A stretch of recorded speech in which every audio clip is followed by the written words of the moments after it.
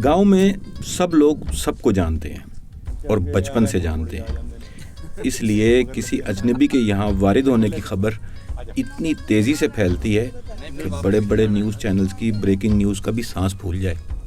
Mask ते मुंह ते पा, मास्क पा मुंह ते पता लगे साडे नाल कुछ शेयर टोर रहे जी मुंह बदल आया लुकिया ना समझ नवाज शरीफ।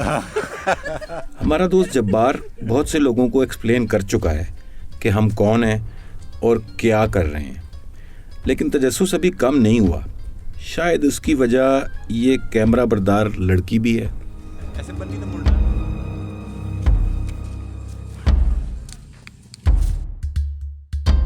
इफ्तिखार 12-11 का एक और किसान है।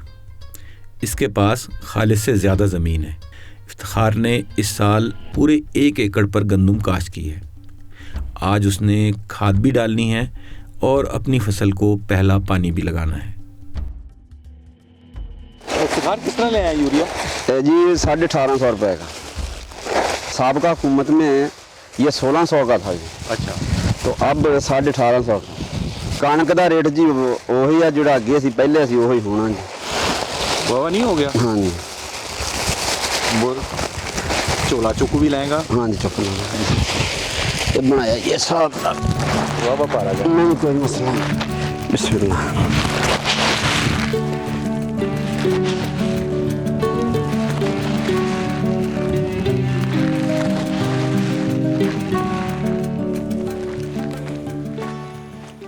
इसे थोड़ी जी बचा लैनी है ना, पानी लग्या बत्तर च पावां।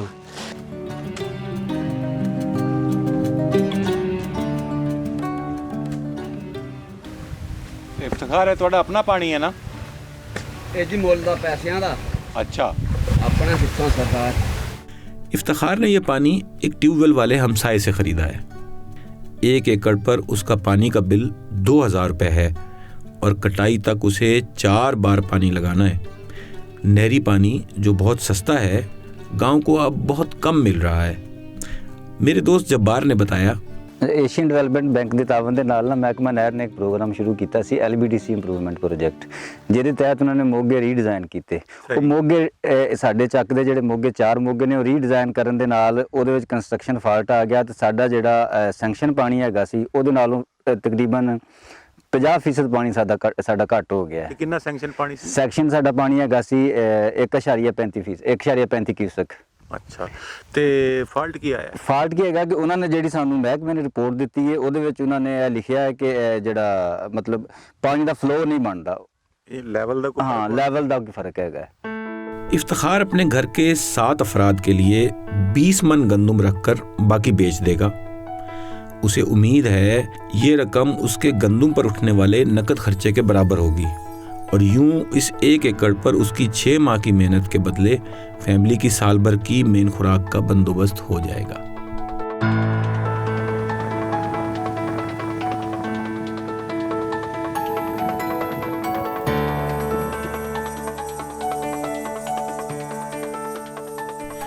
मवेशी सिर्फ लाइवलीहुड का जरिया ही नहीं, बल्कि देहातियों के लिए सोर्स ऑफ प्राइड भी हैं।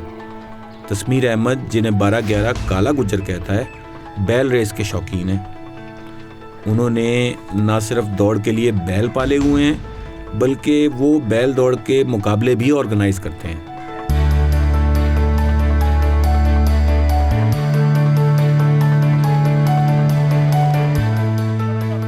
ये मुकाबले आज सारा दिन जारी रहेंगे, लेकिन इसके लिए जो खुला मैदान चाहिए वो इस गांव में नहीं है। इसलिए ये मुकाबले करीबी चक 20-11 में होंगे।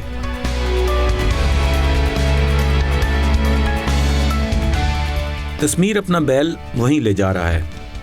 हमें अभी 12-11 में कुछ लोगों से मिलना है, इसलिए हमने शाम को वहां जाने का प्रोग्राम बनाया।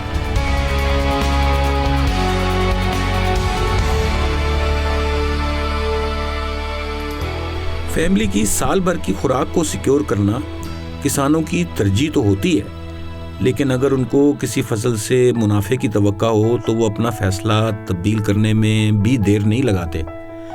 लेकिन मुनाफे वाली गेम ज़्यादातर के काबू में आ नहीं पाती, क्योंकि खुराक की या फोटोसिंथेसिस मतलब पौधे का खुराक तैयार करने का अमल। बेदार बख्त ने एग्रीकल्चर में मास्टर्स किया हुआ है। उन्हें ज़रूरी साइंस की तो खूब समझ है, लेकिन मंडी के सामने वो भी बेबस हैं। इस साल बेदार ने 9 एकड़ पर आलू काश किए। इसकी हार्वेस्टिंग में अभी 2-3 हफ्ते बाकी हैं, लेकिन उनका दिल तो ये चाह रहा है कि आलू ज़मीन में ही दफन हो जाएं। आलू की मार्केट क्रैश हो चुकी है। किसी मंडी से कोई अच्छी खबर नहीं आ रही। किसी को आलू का रेट 3-4 रुपए फी किलो से ज़्यादा नहीं मिल रहा। ਤੇ ਸੇਲ ਕਰੋਗੇ ਤੁਸੀਂ? ਜੀ ਬਿਲਕੁਲ ਸੇਲ ਹੀ ਕਰਾਂਗੇ ਜੀ। ਅੱਛਾ, ਉਸ ਤੋਂ ਇਲਾਵਾ ਆਪਸ਼ਨ ਹੀ ਕੋਈ ਨਹੀਂ। ਸਟੋਰ ਵਾਲਾ ਕੋਈ ਆਪਸ਼ਨ ਨਹੀਂ ਹੈ? ਸਟੋਰ ਦਾ ਜੀ ਦੇਖ ਲਓ 3 ਰੁਪਏ ਇਸ ਟਾਈਮ ਕਿਲੋ ਜਾ ਰਿਹਾ। ਸਟੋਰ ਦਾ ਜਿਹੜਾ ਕਿਰਾਇਆ ਵਾ, ਚਾਹੇ ਤੁਸੀਂ 10 ਦਿਨ ਰੱਖ ਕੇ ਵਾਪਸ ਲੈ ਲੈਣਾ, ਉਹਦਾ 4 ਰੁਪਏ ਫੀ ਕਿਲੋ ਸਟੋਰ ਦਾ ਕਿਰਾਇਆ। ਮਤਲਬ ਉਨੀ ਇਹਦੀ ਕੀਮਤ ਨਹੀਂ ਹੈ ਜਿੰਨਾ ਇਹਦਾ ਸਟੋਰ ਦਾ ਕਿਰਾਇਆ ਵਾ। ਸਟੋਰ ਤੇ ਆਪਸ਼ਨ ਤਾਂ ਹੋਵੇ ਨਾ ਜੇ ਅਗਲੀ ਫਸਲ ਨਾ ਬੀਜਣੀ ਹੋਵੇ, ਅਗਰ ਸਰਮਾਇਆ ਬੰਦੇ ਕੋ ਪਿਆ ਹੋਵੇ, ਮਤਲਬ ਇਨਵੈਸਟਰ ਬੰਦਾ ਜਿਹੜਾ ਸਰਮਾਇਆਦਾਰ ਆਦਮੀ, ਉਹ ਤਾਂ ਸ਼ਾਇਦ ਕੋਈ ਆਪਸ਼ਨ ਲੈ ਲਵੇ। ਪਿਛਲੇ ਸਾਲ ਵੀ ਕੀਤੀ ਸੀ 500-600 ਬੋਰੀ ਸਟੋਰ, ਉਹ ਮਤਲਬ ਇਹਦੇ ਨਾਲੋਂ 20 ਜ਼ਿਆਦਾ ਨੁਕਸਾਨ ਹੋਇਆ, ਬਲਕਿ 100-150 ਬੋਰੀ ਅਸੀਂ ਚੁੱਕਣ ਹੀ ਨਹੀਂ ਗਏ। ਮਤਲਬ ਉਨੀ ਉਹਦੀ ਮਾਲੀਅਤ ਨਹੀਂ ਸੀ ਜਿੰਨਾ ਉਹਦਾ ਸਟੋਰ ਦਾ ਕਿਰਾਇਆ ਬਣ ਗਿਆ ਸੀ। ਫਿਰ ਅਸੀਂ ਚੁੱਕੀ ਹੀ ਨਹੀਂ ਜਾ ਕੇ ਸਟੋਰ। ਪਿਛਲੇ ਸਾਲ ਤੁਹਾਡੇ ਪਿੱਛੇ ਨਹੀਂ ਆਏ ਫਿਰ ਉਹ? ਨਹੀਂ ਜੀ ਨਹੀਂ, ਉਹ ਪਹਿਲੇ ਉਹਨਾਂ ਨਾਲ ਗੱਲ ਹੁੰਦੀ ਹੈ ਕਿ ਅਸੀਂ ਆ ਗਏ। आलू के साथ ये सब कुछ पहली बार नहीं हो रहा, बल्कि हर 4-5 साल बाद यही कहानी रिपीट होती है। आलू की कथा समझने के लिए हमने वापसी पर दीपालपुर रुकने का फैसला किया, जो पाकिस्तान का आलू का कैपिटल है। लेकिन ये कहानी एक अलग एपिसोड में। गांव में अगर आपको कोई गाय भैंस पुराने फैशन की स्वेटर जर्सी पहने मिले, तो इसका मतलब ये नहीं कि वो कूल नहीं है, बल्कि इसका एक ही मतलब है कि वो बीमार है। मवेशियों में जानलेवा बीमारियां हमारे यहाँ काफ़ी ज़्यादा हैं। ਅੱਛਾ, ਜਾਨਵਰਾਂ ਵਿੱਚ ਕੋਈ ਇਹ ਜਿਹੜੇ ਸੂਣ ਵਾਲੇ ਜਿਹੜੇ ਨੇ ਨਾ, ਇਹਨਾਂ ਵਿੱਚ ਕੋਈ ਡੈਥ ਰੇਟ ਦਾ ਕੋਈ ਅੰਦਾਜ਼ਾ ਹੈ ਇਸ ਇਲਾਕੇ 'ਚ ਕਿਸ ਤਰ੍ਹਾਂ ਹੋਏਗੀ? ਮਤਲਬ ਕਿਵੇਂ? ਸਾਲਾਨਾ 2 ਤੋਂ 4% ਮਤਲਬ ਹੈ ਵਾ ਡੇਰੀ ਫਾਰਮ ਹਜ਼ਰਾਤ ਦੀ 2 ਤੋਂ 4%। ਜਿਹੜੇ ਡੇਰੀ ਫਾਰਮਰ ਜਿਹੜੇ ਆਰਗੇਨਾਈਜ਼ਡ ਨੇ, ਕਮਰਸ਼ੀਅਲ ਨੇ, ਹਾਂਜੀ ਹਾਂਜੀ ਇਹ ਸਾਰੇ ਜਿਨ੍ਹਾਂ ਨੂੰ ਮਾਡਰਨ ਤਰੀਕੇ ਨਾਲ ਜਿਨ੍ਹਾਂ ਨੇ ਸਾਰੇ ਫਾਰਮ ਬਣਾਏ ਨੇ, ਉਹਨਾਂ ਵਿੱਚ 2-4% ਹੈ। ਹਾਂਜੀ ਹਾਂਜੀ ਤੇ ਇਹ ਜਿਹੜੇ ਸਾਡੇ ਦੇਸੀ ਆਪਣੇ ਬੰਦੇ ਨੇ ਮਾੜੇ ਜਿਹੇ, ਹਾਂਜੀ, ਇਹਨਾਂ ਤੋਂ 5 ਤੋਂ 10% ਮਤਲਬ ਇਹਨਾਂ ਦੇ ਇਸ ਤਰ੍ਹਾਂ ਦੇ ਕੇਸਸ ਹੋ ਜਾਂਦੇ। ਹਾਂਜੀ ਹੋ ਜਾਂਦੇ ਨੇ। ये बहुत हाई डेथ रेट है। छोटे किसान के लिए मवेशी के मरने का सादा मतलब तो ये होता है कि उसका इकोनॉमिक स्टेटस एक दर्जा पीछे चला गया, उसकी गुर्बत बढ़ गई और ज़िंदगी की जदोजहद मज़ीद कठिन हो गई। जब्बार का भाई आज अपनी भैंसों को लहसुन, अदरक, हरी मिर्च वगैरह का मसाला खिला रहा है, जिससे इनका हाजमा ठीक रहता है। ये इनकी माहाना खुराक है। जानवरों के इलाज का देहातियों के पास कुछ ख़ास बंदोबस्त नहीं, ज़्यादातर देसी टोटके ही चलते हैं, और आखिरी टोटका किसी मौलज के पास नहीं, कसाई के पास होता है। पिछले साल जब खालिद की भैंसें बीमार हो गईं, तो उसने भी काफ़ी भागदौड़ की, लेकिन बिला आखिर 4 मर गईं। उसने एक बुज़ुर्ग के मशवरे पर खूंटा बदल लिया, यानी बाकी 2 भैंसें भी बेचकर गाय खरीद ली। अब वो दोनों प्रेग्नेंट हैं, और खालिद की फैमिली बेचैनी से अपने इस अहम रिसोर्स की बहाली का इंतज़ार कर रही है। डॉक्टर वगैरह के कोल गया वा, वो विचों टीके टूके ला के कोई फर्क नहीं। ਟੀਕੇ ਬਾਬਾ ਮਹਿੰਗੇ ਸਨ? हाँ जी, टीके महंगे। टीका तकरीबन ਉਹਦੀਆਂ ਆ ਵੈਲਾਂ ਬੂਲਾਂ ਡੰਗਰਾਂ ਤੇ ਲਾਉਣ ਵਾਲੀਆਂ, ਹਾਂ, ਅਜੇ 2-2 ਹਜ਼ਾਰ, 2500, 3-3 ਹਜ਼ਾਰ। मवेशियों के इलाज का सरकारी इंतज़ाम बस वैसा ही है जैसी बाकी सरकार है। हमें डेयरी फार्मर्स सैफुर रहमान ने बताया, ਸਰਕਾਰੀ ਹਸਪੀਟਲ ਬਣੇ ਆ, ਲੇਕਿਨ ਜੀ ਉਹਦਾ ਕੋਈ ਸਾਨੂੰ ਖਾਸ ਫਾਇਦਾ ਕੋਈ ਨਹੀਂ। ਸਰਕਾਰ ਨੇ ਤਾਂ ਬੜੀ ਸਕੀਮਾਂ ਚਲਾਈਆਂ ਨੇ, ਤੇ ਇਹ ਦੇ ਦੇਾਂਗੇ ਤੇ ਨਹੀਂ ਜੀ, ਉਹ ਸਭ 2 ਨੰਬਰ। ਅੱਛਾ, ਕੀ ਮਤਲਬ 2 ਨੰਬਰ? ਕਿਵੇਂ ਸਕੀਮ ਹੀ ਨਹੀਂ ਚੱਲੀ? ਮਤਲਬ ਚੱਲਦਾ ਵਾ ਸਭ ਕੁਝ ਹੀ, ਦਵਾਈਆਂ ਹੁੰਦੀਆਂ ਵਾ, ਜਾਈਦਾ ਵਾ, ਉਹਨਾਂ ਨੂੰ ਪੁੱਛੀਦਾ ਵਾ, ਉਹ ਕਹਿਣਗੇ ਦਵਾਈ ਲੈ ਜਾਓ, ਲੇਕਿਨ ਇਹਦਾ ਫਾਇਦਾ ਕੋਈ ਨਹੀਂ।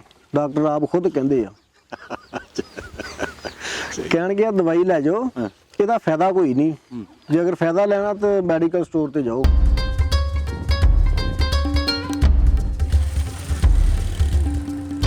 20-11 जहाँ आज बैल दौड़ का मुकाबला हो रहा है, वो 12-11 से कोई 10-12 किलोमीटर दूर है।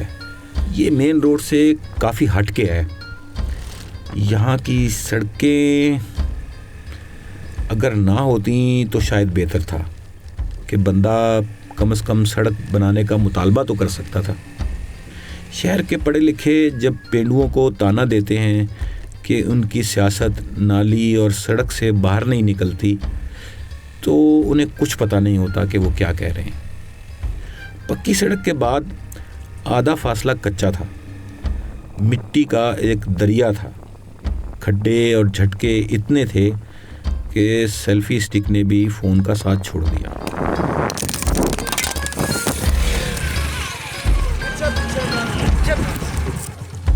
बच गया। खैर कच्ची जगह की वजह से फ़ोन बच गया।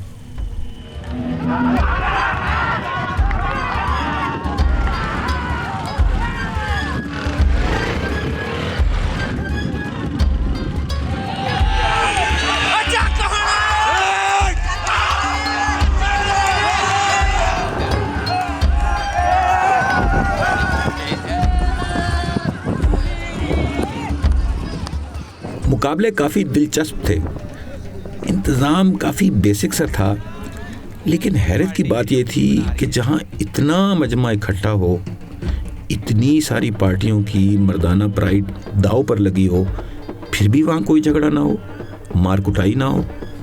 किसी ने मेरे कान में राज की बात कह दी।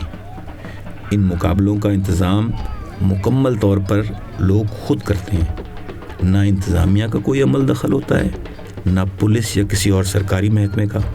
फिर झगड़ा कैसे हो?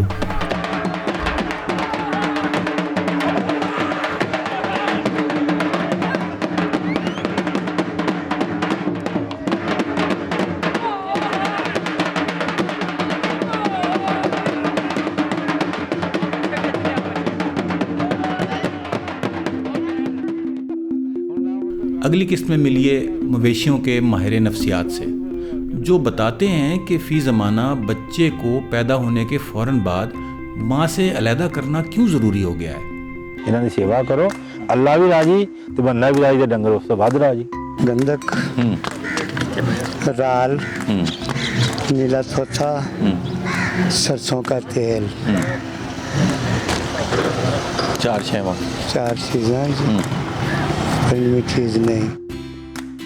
गांव में कौन से मेल अनवांटेड होते हैं और ये चीड़ क्या चीज़ होती है?